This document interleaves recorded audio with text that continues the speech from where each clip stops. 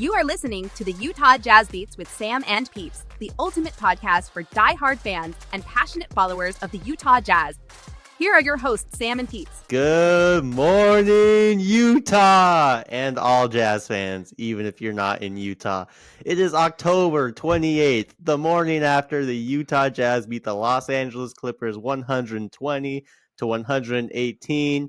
We had Clutch Kelly. We had Clutch Clarkson. It was a great night to be a Jazz fan. How you feeling, Peeps? Oh, I'm feeling good from last night. That was a good game. That was crazy. If we would have had this podcast after our Wednesday game, I don't know, dude. That was a sad game. We're never recording after a loss, is that right? Just kidding. No, sir. Just kidding. We were going to bring fire and brimstone to this podcast after that first game. That was rough. How was it in the arena on Wednesday? What was the vibe? Yeah, so I went to the game. I got the shirt and everything. But I mean, to start out, the vibe was good.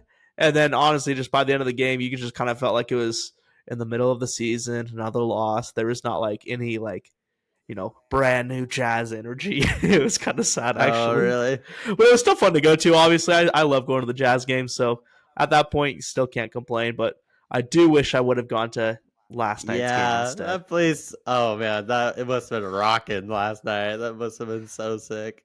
Oh yeah, and if you heard who was it? It was like the last. It was Clarkson who hit that three at the end.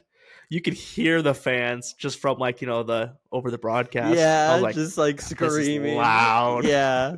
So that last night was so fun. I went to a Halloween party yesterday, and I came home when I ended up finishing that game at 2 a.m. and I was just in my house with everyone asleep, just quiet screaming,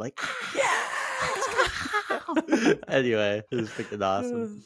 Alrighty, well, today we are going to talk about some takeaways from last night. We're going to give our season predictions. Everyone always talks about bold predictions, but I'm not trying to be wrong, so I'm just going to give some medium season predictions that aren't flaming hot, probably. I don't know about you. You can give your hot takes, but I'm all about my batting average here. So, alrighty. Let's get started. Well, first, before I went to takeaways, I want to talk about the starting lineup real quick, just because that's been such a common theme in our podcast. So we should probably review what the lineup actually is. I gotta hand it to Peeps. He was correct with THT as the starting point guard. I had no faith. I thought there was a less than 5% chance of that happening, but hey, Peeps was right. How does it feel? You know what? Granted, in our first podcast, I said I would like to see THT and Jordan Clarkson as the lineup, but I thought that the real lineup would have been Sexton and Clarkson. Oh, okay. So I didn't fully get it right, but my want did happen. Yeah, sure. There you go. Yeah. So, but oh yeah, sorry. I was just gonna say, yeah. So basically, when they asked Will Hardy why they gave it to THT, he basically said that Lowry plays best when he's with Clarkson, and that Clarkson and THT, or that Clarkson plays best when he's with THT, basically. And so he said it's not because THT is better or worse than anyone else, but this is just kind of how we feel like who plays best together. So, yeah, that's pretty cool. It was him talking about the pairs. Yeah. That JC and him are a pair. Yeah, pretty much. Exactly. So, yeah, we'll see if it changed throughout the year or if this is what we're rolling with. But so far, THT started every preseason game and both regular season games. So I think it's his for now unless someone takes it from him. True. Yeah. All righty. Give me a take or two from last night. I guess we'll go every other. You can give me a good take, bad take, whatever you want. Okay. Do you want me to do both games or just from last night? Oh, either way. I was kind of just doing overall takes. So if you have from specific games, that's cool. Either way. Okay, so I kind of split them into games, but I mean, because I feel like the two games just they're so different, right? Right. So the first game I had THT and Sexton. They're driving to the bucket. They just drive in, and half the time it looks like they fall and they slip, and they're just throwing the ball out. And I'm like, yo, you guys like you guys don't need to be doing that right now. It's okay. Just stay at the 3, run a play, call it a day. And it's not because they're bad at basketball. It's just that they're playing with a low IQ on that play, I feel like. So I feel like easily like that could be fixed. I don't know if the coaches have already talked to them. Like I'm curious of what, because that happens, like it happened quite a bit in the preseason. It happened quite a bit during this, these last 2 games. So I'm just wondering what the coaches have told them about driving in like that, and if that will stop. Because I feel like if that stops with all those guards, that would help us out quite a bit. Like, yeah, if you have a lane, then take the lane. But most of the time, it looks like there's 3 guys in the way, and they're trying to take the lane. Yeah. Um, But Yeah. I love it. It's so frustrating watching just the guards in general a lot of the time. Like Sexton and THT, especially the first one. I'm like, what are you guys doing? So, but yeah, Oh, it was like the whole game. It felt like. yeah, it was like driving me Yeah. crazy. And then on in game 1, my thought was that we lost in the second quarter because it kind of, we did play that well in the first, right? But we hardcore lost in the second, and then we pretty much maintained after that. And it looks like it was mostly because of our perimeter defense. Like they were just getting easy 3s on us, wide open, and it was probably how we were, playing defense.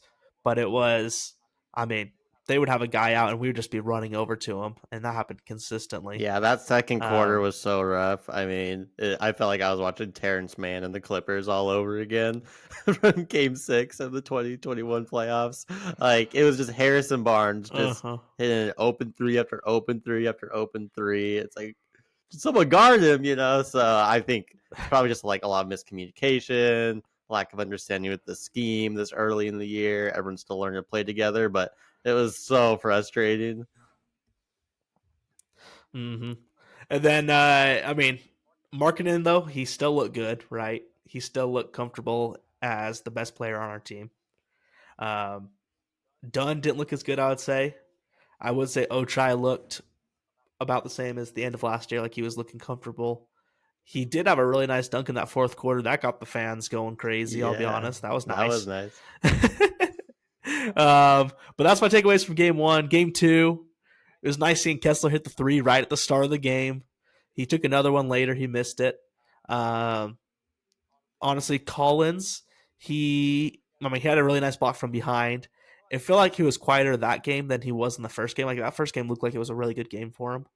And then I thought was interesting was our closing out the game lineup. It wasn't THT. THT was out for like the last few minutes, and then THT came in with about like 40 seconds or a minute left, and he kind of finished out the last part of the game. But for the most part, it was done. And then the nice thing is, too, now we have an 11-game win streak against the Clippers, which is kind of funny to say because it's like the Jazz organization has a 11-game win streak. But other than that, it's like Jordan Clarkson, maybe. I don't know if he was there for all those games, probably. We've actually won 11 like, straight. Everyone else, it's like, are you serious? Yeah. There's no way. That's hilarious. We swept them last year. Our team we didn't even make the playoffs last year. That's what the announcer said on the podcast. I was like, okay, sounds good. I'm fact checking that, but if that's correct, that's crazy. Well, they did say Tyronn Lue is like 0-6 in Salt Lake as a coach or something. So yeah, it can happen. It's just shocking. I believe it. That's crazy. But that was my takeaway from the game. All right here. Jazz hold off Clippers in a thrill. The Clippers have lost 12 straight regular season games in Utah with their last win. Okay, so probably it's at Jazz. Okay. That makes sense. That's still awesome, but that's crazy. All right, I got some good takes, some bad takes. First of all, the biggest takeaway I had just overall was Kessler. I don't know. It's just weird because going into the year, I think everyone kind of had him as the consensus. He's the second best player on this team. He's like the future. In the first 2 games, he didn't play over 25 minutes in either of them. I think it was like around 22 minutes, 21 minutes, something like that. 22 and 21. 22 Yeah. and 21. Okay, yeah. So anyway, I just think it's weird that he's only playing 21, 22 minutes. Something maybe to monitor going forward. And then also when he was out there, like he had some good moments, especially in that first quarter against the Clippers. Like he came out like really was making an impact. But besides that, I feel like he was kind of invisible. Like I didn't notice him really on the defensive end. I didn't notice him on the offensive end. Um, so I don't know. I just thought it was interesting. I did see this from Calvin Chappell, who writes for Salt Lake City Dunk, and I just thought it was interesting. He said Kessler's low minutes are absolutely something to monitor. I think it's pretty clear why it's happening. Olynyk opens the floor for Collins and Markkanen while Kessler clogs it. The problem is that Kessler is really good. Hardy needs to figure out how to solve this. So, I mean, that makes sense. That's probably the same reason that he didn't get very many minutes with Team USA is, well, he did hit a three. Like, no one's really scared of him hitting threes. Like, he's not really a threat out there. And everything gets clogged up with Markkanen, Collins, Kessler all in there in the paint. So, I don't know. It's just like, we'll have to see what Will Hardy does. But it is weird to see our second best player just not playing like even I've been playing about half the game. Yeah, that's true though. I mean, that was definitely surprising to me. That's why I was asking last week about I was like, is he gonna have a sophomore slump year? Yeah, like, what's going on? Like, yeah. Speaking of that, like so I was thinking far, this, I was know. like, he's the guy that was most confident. Like, if anyone is going to be as good as they were last year, it would be him. But right now, it's not looking like that. And it's not that he was bad or anything, but I just feel like he didn't like play with as much force or like dominate the game like we saw at times late last season. You know. So I don't know. Anyway, something to monitor. We'll see, but weird to see him not close the game as well. Like if anything, I thought that he would be closing for defense, but I mean, it's good he wasn't because Olynyk hit those two clutch threes last night, late in the game. Yeah, true. It was Olynyk closing the game, not Kessler. Yeah, exactly. Yeah. So I mean, maybe they feel like they don't need his defense as much when you've got Collins there as well. Like Collins, Lowry, and Olynyk are all still big guys. Maybe they feel like it's not necessary to have him close when you could get more offense from Kelly. But I don't know. I just think it's super weird to be. Something that I did notice that I thought was good from both games was I thought that Collins looked pretty good. Obviously, like his stats last night didn't show up as much as against the Kings, but I felt like he was doing a lot of the same things. Just shots maybe weren't falling as much. But I thought he was a really good rebounder. I thought I liked how he was cutting. I kind of just liked his role in the offense. And then something that the Jazz posted on their social media yesterday was that John Collins posted a double-double in Utah's season opener without turning the ball over. He's the first player to do that in a Jazz debut since Carlos Boozer in 2004. So, I mean, we all know how Carlos Boozer turned out for us. He was awesome. So, anyway, I think he's going to be great. His shot wasn't falling last night, but that's fine. I think Will Hardy trusts him a lot. I think he played like the second most minutes in both games. I don't know for sure, but I know he played a lot of minutes, and I feel like coach really likes him, and I really like him. I just think he's a solid player. So him and Clarkson have the same amount of minutes in both games. Oh, really? Okay. And then Markkanen probably the most, I assume. And Markkanen's the top, yeah. So, yeah, that's another thing with Kessler. I thought Kessler was going to lead the Jazz in minutes every night, but I was way off on that prediction up to this point. So we'll just see how it goes. Yeah, that could change still. Yeah, no, for sure. It's only the first two games. I'm just saying, I'm just like, what the crap? What's going on? Let's see. I'm just trying to think of anything. Oh, yeah, I do have a question for you about the games too. Oh, yeah, go ahead. Unless you're no, keep going. Okay. Yeah. Okay, so THT, you sent me a text before the season started that you were, saying sorry for bashing on THT I've so been much, a THT right? hater, now and I said THT... I will support him now. Yes, I trust the coach. So now let me ask you about the last two games. What do you think about THT? I think he's been good. I mean, especially with I just think he's improved a lot as a facilitator for sure. I think he is really trying to read the defense. He's trying to make good decisions. Some of those same things that are just part of his game that I mentioned in our last episode are still there. Like I still feel like he is just dribbling a lot, and sometimes he takes these weird, crazy shots that I'm not expecting. But overall, like I feel like he's played within the offense. He's been hitting open 3-pointers, which is good after only shooting 29% last year. I think he's making a really big effort to read the defense, get other people involved. So yeah, I don't have any complaints about him after the first 2 games. I wouldn't say that he's like our option for the future or anything, but I mean, I think he's been solid. What about you? No, I think last night he looked pretty comfortable. Yeah. I mean, he had 1 foul and only 2 turnovers. But he got 8 assists. So like the assist to turnover ratio, that's awesome. Really that's good. Super impactful. Yeah. And his shot wasn't falling, which I feel like, I mean, his 3-point shot actually he shot 40%. He shot 2 of 5. But then his other shots, I think it was mostly just he's driving in, he's taking bad shots kind of thing. Yeah. So I think if we just limit that portion of his game, his turnovers would even go down more, and his bad shots would even go down more. Yeah. So, I mean, yeah, my whole thing with him is I just didn't want him taking shots away from Markkanen and Collins. I mean, we saw like how amazing Markkanen was last night, so obviously we want him shooting as much as we can. I mean, if he keeps keeping his assists that high, then obviously he's giving the ball to people. Yeah, so. Exactly. So yeah, I thought he was awesome. I mean, as good as better than I would have expected, if we're being honest. So, speaking of Markkanen, he had like 35 points last night, and I don't know, it's just crazy because you don't even notice it, and then you look up at the box score going into the fourth quarter, and you're like, oh wow, this guy has 30 points. When did that happen? I don't know. He's just supernatural shooter. He's super athletic. I was shocked when I saw how many points he had. Dude, that was like me for Kawhi Leonard last night, and like not including like the fourth quarter. I was like, has Kawhi even like really played? Like I just did not notice him on the floor at all. I'll be honest. And he still had like, I think it was like 24 points or something.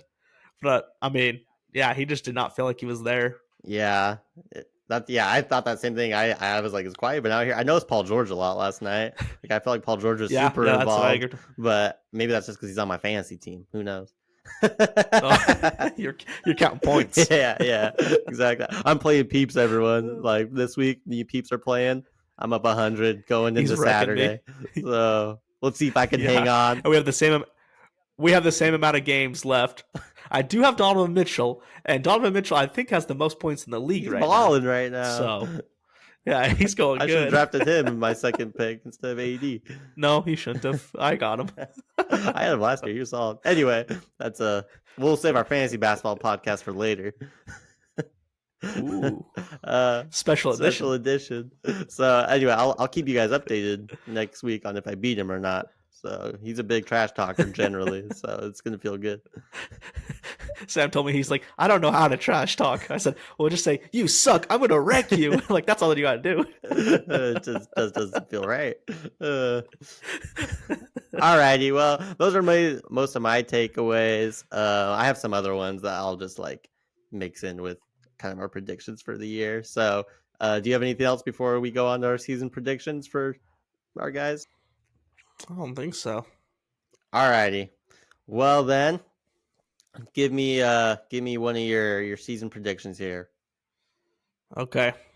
So my first season prediction. After 2 games, we know how it's all going to work out, right? 100%. We already know this. So the Utah Jazz will make the playoffs, and they'll make the playoffs higher than the 8th seed. You said we're going to get higher than the 8th seed? Yep. So pretty much the 6 or the 7. Probably the 7. I'd love to see 6.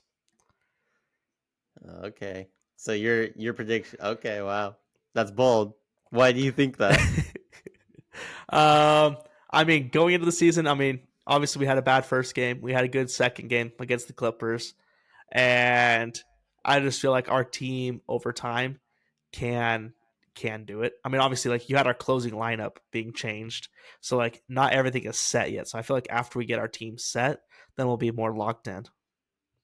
So okay, well, then I'll give you because and another one of my bold predictions kind of adds into that. I'll be honest.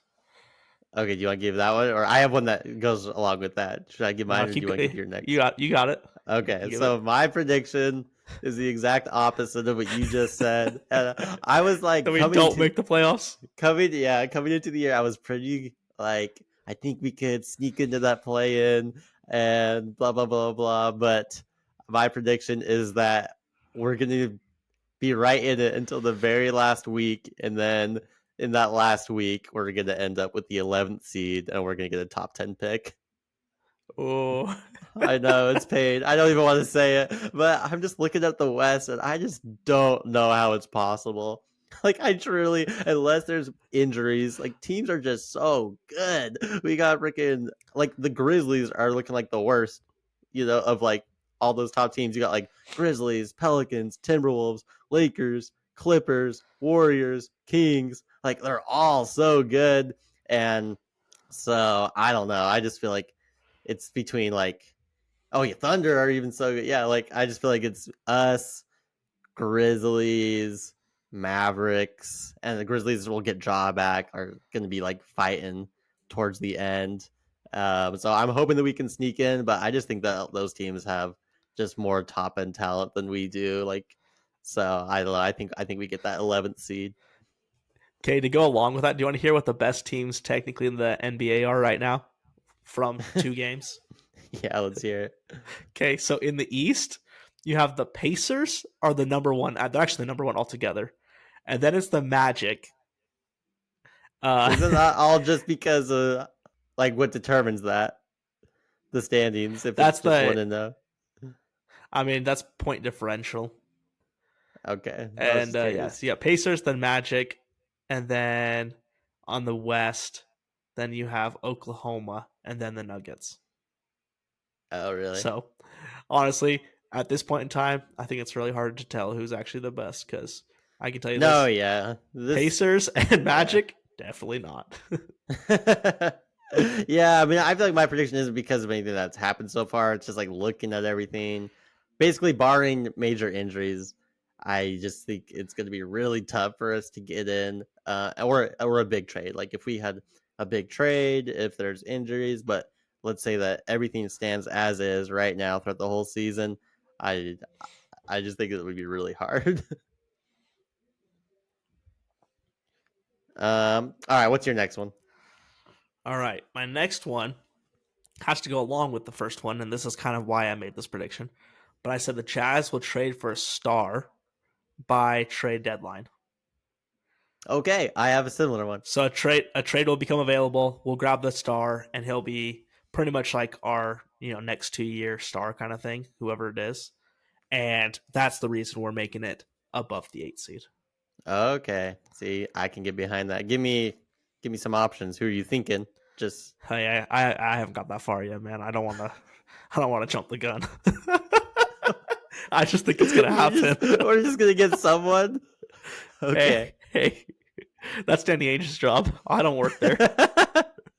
I respect it, dude. I hope so. I want us to make a splash like ASAP. Honestly, I mean, we were literally in the running for Drew Holiday, so it's not like we're just biding our time waiting. Like I feel like we are actively in talks.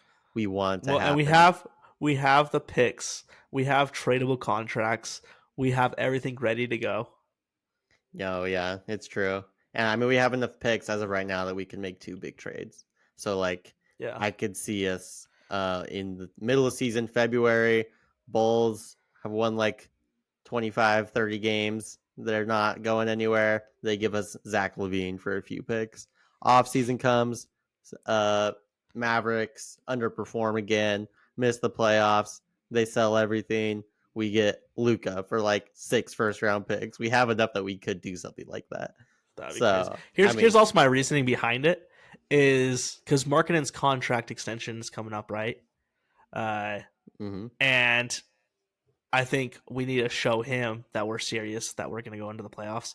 So if you make a trade for a star beforehand, it's like, yep, I'll stay here, and that's worth keeping him. So, no, I totally agree. I mean, this is what happened with Giannis and the Bucks. I mean, the first time around, Giannis was like, "Hey, show me that you're actually committed to winning." They went out, they traded for Drew Holiday, they won a championship. This year, his extension's coming up again. He said, "Hey, show me you're committed to winning." They said, "All right, we'll go get Damian Lillard," and he immediately signs an extension. So no, Yeah, it's true. I think like it's true that franchises need to be proving to their star players. The Jazz need to prove to Lowry that we really are committed to winning. And he's already like in his prime. He doesn't want to wait another 5 years for the Jazz to make the playoffs. Like it needs to happen sooner rather than later. Mm-hmm. But speaking of trades, I have a trade prediction as well. Not a specific trade, but I think that for sure Olynyk. Well, not for sure Olynyk. I think there will for sure be a trade, and I think that Olynyk and either Sexton or THT and maybe Chris Dunn, but probably not Dunn, is gonna get moved. I think that right now, like the 10-man rotation is making it so like George and Abaji are both playing 12 minutes each. And I just think like we need a consolidation trade to get that from 10 to 9. The reason that I think Olynyk gets traded is because this is the last year of his contract. I wouldn't be surprised. He loves it here, it seems like, but I wouldn't be surprised to see him leave to go to a contender since, he's getting a little bit older. So I think he'll get traded so we can get something instead of nothing. I think Sexton or THT is going to go to get minutes for Abaji and Keontae George. Because I think Abaji, like, it kind of sucks. I feel like he's been solid. Like, he does a lot of good things. He's really athletic. He's played some good defense. He hits open shots, but there's just no minutes for him. So I would like to see a Sexton or a THT get traded so that he can get some minutes. Clear up the timing a little bit. Yeah, and I feel like they're so redundant too of their skill set on the floor. So it's like there was a lot of rumors last week and like the start of this week about THT getting traded. Yeah, I heard the Rockets are interested. The Rockets. Yeah, exactly. So, yeah, I think there will be I think there'll for sure be a trade this season. I would be really surprised if Danny Ainge made no trades between now and the summer. So I think I expected mine. I feel like it's going to be more low key. Yours is more of a big splash. Because I feel like we're just I thought we would just trade guys for picks just to kind of make room for Keontae George, Ochai, maybe Taylor Hendricks, Mm-hmm. All right, give me your last one, or I assume your last one.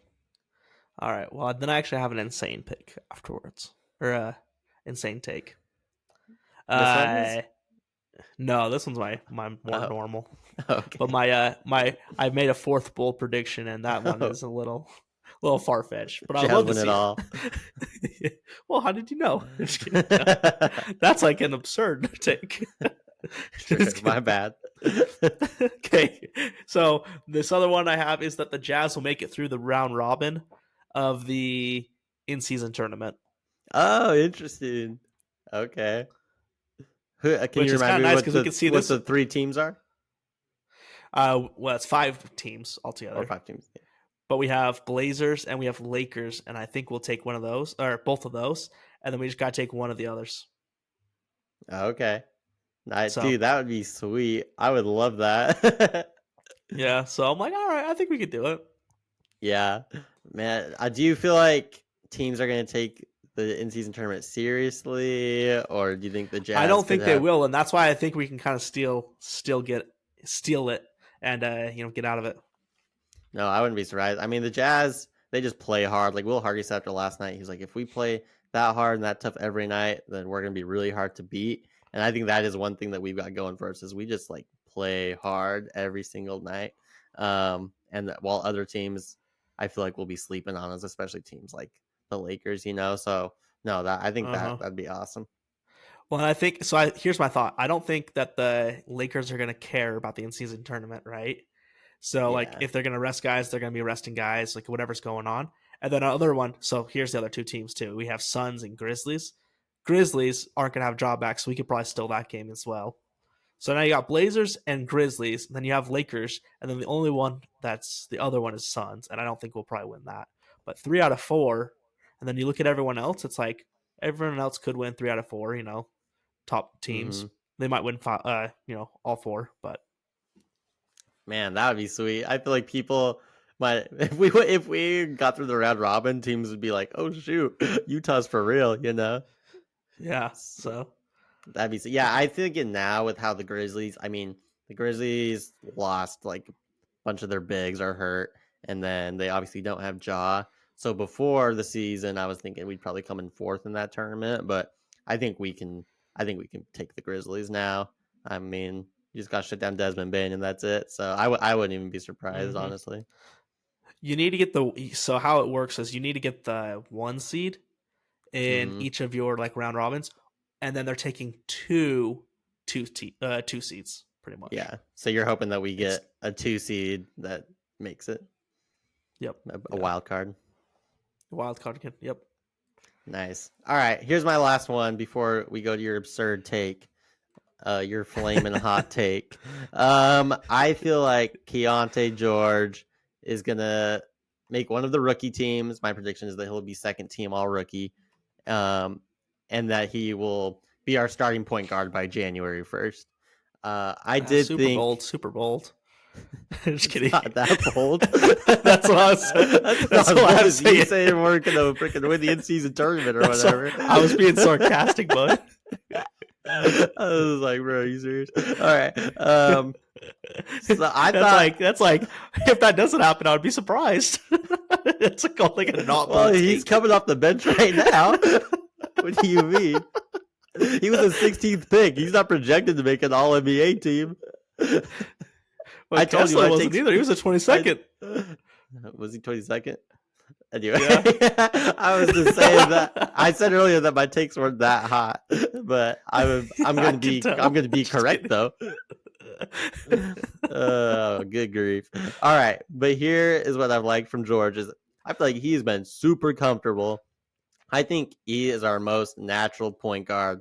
Like when he is on the floor processing things, he is not thinking about it. He's just doing it. I feel like THT, he's been making really good reads, and I think that's been awesome. And I think he has to like really like make a conscious effort for that to happen, which I'm glad he's doing, and I hope it lasts. But I feel like Keontae, like, it just comes a lot more natural to him. He knows how to run the offense more effectively, and then I feel like he was just getting buckets last night. He only played 12 minutes, and his stats don't really jump out. But if you just watch the game, like he was super confident, super smooth, shooting well. So anyway, I think sooner or later Will Hardy is gonna have to play him more minutes than 12. Like he's been awesome. And then something about him as well, because everyone obviously kind of misses Donovan because Donovan Mitchell's amazing, and everyone's like Keontae's our next Donovan. But I feel like Keontae is like a lot more similar to Darren Williams. I think he's our next Darren Williams, just like more natural point guard, can get to the rim, can shoot it. So anyway, I just think Keontae is going to be really awesome. I was worried that my hype would go down after a couple of games, but I'm still as excited as ever about him. So I do think he'll be starting by January. I think he's our best option at point guard. I think Clarkson's the best guard on the team, but I think Keontae's the best point guard. Yeah, no, I agree with that take. All right, give it to me. Let's hear it. Okay. Here's the insane take that a Jazz player will get most improved player. Oh, that's not that crazy. I almost did that. Oh, well, let's see. I think there's a few options on it. Oh, okay. So my first one is Collins. Me too. Because I mean that's just a clear take. If he's playing way better, he could easily get it. Here's my thing with Collins is because like I wonder how good he would have to be to win most improved. Like, are people voting most improved from last season, or would he have to be getting like 25 points and 12 rebounds to surpass that like 20 and 10 year that he had a couple of years ago? So I feel like if the NBA had the NFL has a comeback player of the year award. So a lot of times guys that were really good went to a slump and then got really good again. I feel like if they had that, John Collins would be the favorite. So anyway, I wonder what he would have to do to win. Yeah, I'm curious.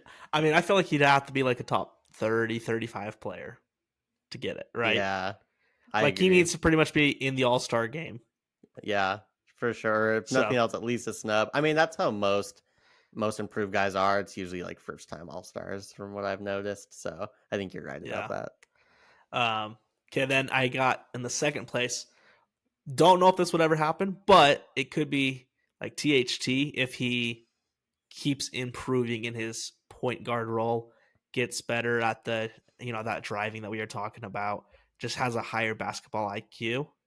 And then my last one I put, and I had a big old question mark on this. It was done. I don't think he would probably get it. Like he has to make a lot of jumps to get there. But I see that he is a person who could do it. So not that it's gonna happen, but that he could happen. So aka altogether a Jazz fan or a Jazz player would get most improved player. Probably Collins, then THT, then Dunn. But our team would Yeah. get it. That's my prediction. Okay. That'd be sweet. I mean, Dunn, like to go from G League to most improved, that'd be pretty sweet. Like that, he Yeah. would have to Like do I said, a I lot, don't but he would have to do a lot. He has to be a starter and getting like 20 points a game, I would say. yeah, honestly. So, but yeah, that'd be crazy. I hope another Jazz guy gets it. I love when we get awards. It's so fun. It makes Because it no it one, makes no it one thinks nice. about us all year, and then we get an award. They're like, "Who's that guy?" Like marketed? Oh, he was Yeah, in the All-Star game? literally. Oh, he started? Oh, I didn't even notice. Literally. Like last year when Jokic got picked last in marketing got picked last in the All-Star game format, but everyone thought that Jokic got picked last because any guy with a Jazz jersey is just invisible, apparently. So Which is that so would be much hate sweet. on Jokic at the same time. He's like the reigning and well, he's technically not the reigning MVP, but But he's he the should reigning be. MVP. Yeah. 3-time MVP, right? Just kidding. In our hearts, yes. Yeah. Alrighty. Anything else before we talk about the league in general, or I'll go talk about our schedule. But anything else? Yeah, on your no, end? I'm excited for today to get today's game against the Suns. That's in your stomping ground now, so we'll see how we play. I know I want to go so bad, but it was the price. I think like the get-in ticket was $65. Was the very cheapest ticket, Hey, it including all dropped a the little bit when I fees. was looking. Yeah, It was at like 45. that was the beginning of the season, so Oh, maybe I could get over there. I don't know, but yeah, it was just like for a nosebleed ticket. I'm used to paying like $8 with the Jazz, so I don't know if I well, want the to issue be. is too. You're gonna have Beal for sure out, and then probably Booker's Booker. doubtful too, so. Yeah, So yeah, I might just save my money and go to the one in February. But anyway, no, I'm super excited for the game tonight. I think that this is a really good opportunity for the Jazz to steal one. A game that, with their healthy guys, it would be really tough for us to win. I think that we have a really good chance to get a win. I feel like a lot of time people think that the NBA schedule is really long, so games don't matter that much. But in the Jazz's position, I feel like every game matters because I think it really will come down to like the very last week of the season for us. So anytime that a star or two is sitting, I just feel like the Jazz have to take it. So I'm super pumped. I think they have a good chance tonight. They won't be as well rested as the Suns, but I still think that they have a good opportunity. And then for the rest of the week, just looking at our schedule here, so we play the Suns tonight. We play Jokic and the Nuggets on Monday. We play the Jawless Grizzlies Wednesday, Magic Thursday, and then Timberwolves on Saturday. So we've had a lot of games to start the year. We play our first 7 games in just 11 days because we have 2 back-to-backs, and then everything else is every other day. So anyway, it's just like, we're probably going to be real tired by the end of next week. yeah. Like today, I mean, we had a game last night. We have a game today, and then the back-to-back Wednesday, Thursday. Like that's a lot of 6 games within like 8 days, right there. Like that's a lot. Yeah, it's a lot of games. So I wouldn't be surprised to see us like just worn out during that back to back next week on Wednesday, Thursday. So we'll see how it goes. All right, cool. Well, as far as the league rundown goes, it's still a lot of Harden news, a lot of player participation chatter. So I'll just kind of go over what's going on with the player participation. So basically, there's a new rule, and essentially, teams are not supposed to be resting stars on national TV, and they're not supposed to be resting stars on the road, especially because obviously, like for you, if the Suns were to go to Utah, it's one of your only chances to see Kevin Durant, Bradley Beal, Devin Booker, you know? And so they're encouraged to not rest players so that opposing fans who pay to see those guys can see them. So essentially what happened was in the first game of the year, they sat Bradley Beal. They said he has a tweaked back. I mean, I'm not saying they're lying, but I don't know if it was the playoffs, he would be playing. That's all. That's all I'm saying. So Okay, well, here's the thought on that though. It's 3. This is his 3rd game out. Oh yeah. No. I was just saying the very first game of the year. Oh, what happened was they sat Beal in the second game of the year, also a road game in LA on national TV, so meets all the criteria. They sat Beal and Booker, and then tonight they will the Beal's out for sure and Booker is likely out. And so the question is, it's like, what's the league gonna do? Basically, they came out, they said that these games matter. We want stars playing. We're done with all this resting. Here's some rules. You're gonna get fined 100,000 on the first violation, 200,000 on the second violation. Anyway, so the league is acting like they're cracking down, and so now that we're here, is the league actually going to do anything, or I don't know. We'll see. What would you do if you, or what do you think will happen, and what will happen, or what do you think will happen, and what would you do? Okay, in my case, I feel like the Beal one is legit. So you're really just talking about Booker in that case, and then at that point, it's like I think it's supposed to be 2 stars, and so 1 star doesn't matter as much. Okay. So I feel like the league, although everyone's chattering about it, and like this is like when they'll do like the first investigation, I think their investigation this time will be that nothing bad happened. They didn't violate the rules. But I am curious to see when a more like a James Harden, or not a Michael, what am I trying to say? A LeBron James and AD sit kind of game. You know, like they're both hurt fingers or something like that. I don't know. I think that's when it will really show. But I feel like this one they'll come out and they'll say nothing crazy happened. Yeah, I mean, I haven't even heard that they're investigating it, or is the league going to tell the public that, or are they just going to keep things quiet? But I don't know. If I were Adam Silver, he's not going to do this because Adam Silver is kind of a pansy, and his whole thing is that he's just been like buddy with the players, which is the complete opposite of how David Stern was. So I think what's going to happen is pretty much nothing. But if I were Adam Silver, then I would go and I would just find the Suns $100,000 in the first week, because it really shows like that they're taking this seriously, and I feel like it sends a message to the league if you take care of it early. But if they let like the Suns and other teams get away with it early, then like it's not gonna. The whole year teams are just gonna keep resting. Like there is no rule. I feel like. Mm-hmm. Now, technically, I think the Suns are under investigation right now, but it has nothing to do with that. It was talking about them trying to get a guy early, right? Oh yeah. I think they were under investigation and they lost. I think they lost. Oh, they already did lose it. Yeah. Oh, okay. Yeah. Basically, they were talking to Drew Eubanks early in free agency. So, which I wonder how they know that. You tap into the phones, or how does that work? I have no idea. We were talking about that last week too, about how you enforce that better, because it's like a second round pick. It's like if you're talking about a free agent and you feel like they're better than a second round pick, then you just pretty much are, trading a second round pick for your free agent or whatever, right? So like, how can you make that actually more enforceable? And so we were coming up with a few ideas, but I don't know. I feel like that could be definitely changed.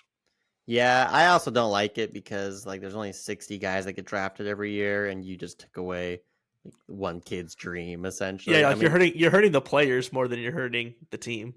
Obviously, that like those same people will still get signed as undrafted free agents, but like I think everyone has the dream of hearing their name called on draft night. So I don't know. I feel like it's not fair to these new rookies that are coming in to take away teams' picks. There's got to be a better solution.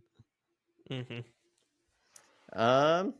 Yeah, and then James Harden. This also kind of goes with the player participation. So essentially, we've kind of talked about James Harden all summer. He requested a trade. He's been calling their GM a liar for months. But he showed up to training camp on either like the end of the first day or the start of the second day. He showed up the day On after media Tuesday, day. I think. Yeah. So the Tuesday, just right after media day. And then he was with the team He's for like, a "Hey, while. I'm ready to play, guys." I know, yeah. Yeah. So he was with the team for a while during preseason, and then he bailed on them. So he was gone for the last 10 days of preseason.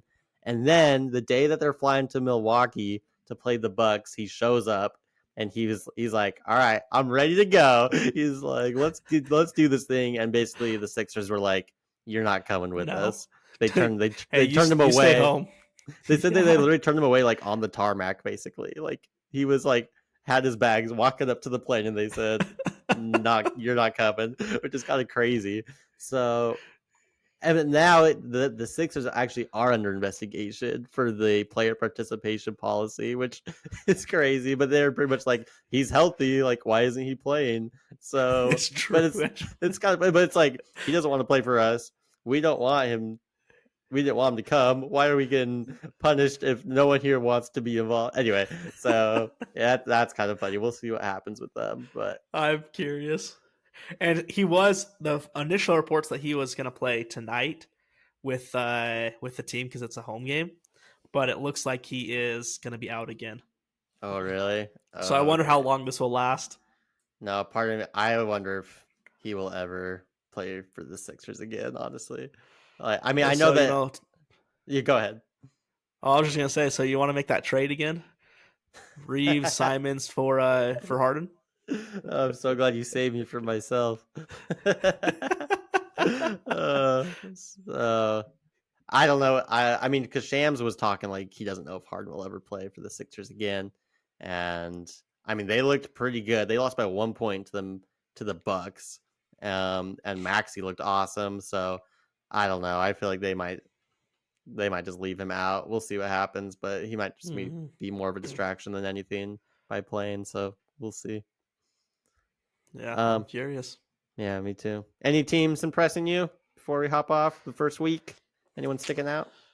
Nothing too crazy, honestly. It's fun to see Wembanyama. I can kind of follow him lightly. Yeah, But me too. yeah, he looks still insane. It looks like he's frustrating some players too, because like they're getting blocked by him, or they're just having hard shots, or he's shooting over them, and they're just like, dude, this is like, what is this? Interesting that they have that power forward too. He's 7'4", power forward. They have Zach Collins playing next to him. So yeah, that's fun. Just because he's so freaking skinny, they're like, all right, play power forward. So no, yeah, he's been awesome. He hit like a clutch bucket to send to overtime last night, so that's pretty cool. And I feel like the Celtics have looked really awesome with their additions. I think Porzingis fits in really well there. He might have a career year. Porzingis has looked awesome. I feel like Thunder. I feel like for the last 2 or 3 years, it's been like the Thunder are coming, but they haven't like hit the point yet. But now I feel like they are here. I think they're going to be a top 6 team. They destroyed the Bulls on opening night, and then they followed that up by beating Donovan Mitchell and the Cavs on the road, who will be really good. So I think the Thunder are legit. Yeah, I do think the Thunder are legit. Now here's a question. You said top 6 team. So do you think there's a chance that the Jazz can beat out the Thunder for their spot? Oh, I mean, I don't think I would be shocked to see the Jazz get a top 6 seed. So if we beat the Thunder out, I feel like it's the Thunder really underperformed, and the Thunder are like either getting the 11 or the 10 or the 9, and the Jazz are getting the 7 or the 8. So I feel like I don't think that we would beat the. I don't know. I mean, the Thunders have a lot of really good young talent. So Chet's looked awesome. I don't think that we would beat out the Thunder in the standings, but with injuries, who knows? What about you? Do you think you have them below us? I have them about the same, so I feel like it could go either way. Yeah. We'll see how the season goes. Yeah, we'll see how it goes. I mean, they've looked really good so far, and Shea's just awesome. So, but we will see. Alrighty. Anything else before we get out of here? Alrighty. No, Sounds sir. good. Well, everyone, like, subscribe, tell your friends all about Sam and Peeps, and we will see you next time. Tune into the game tonight. We'll be talking about everything again next week. Thank you. See y'all.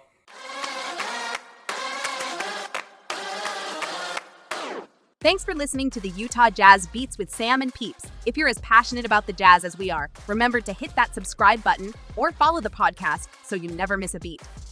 Stay tuned for more insights that will keep your Jazz spirit alive all year round.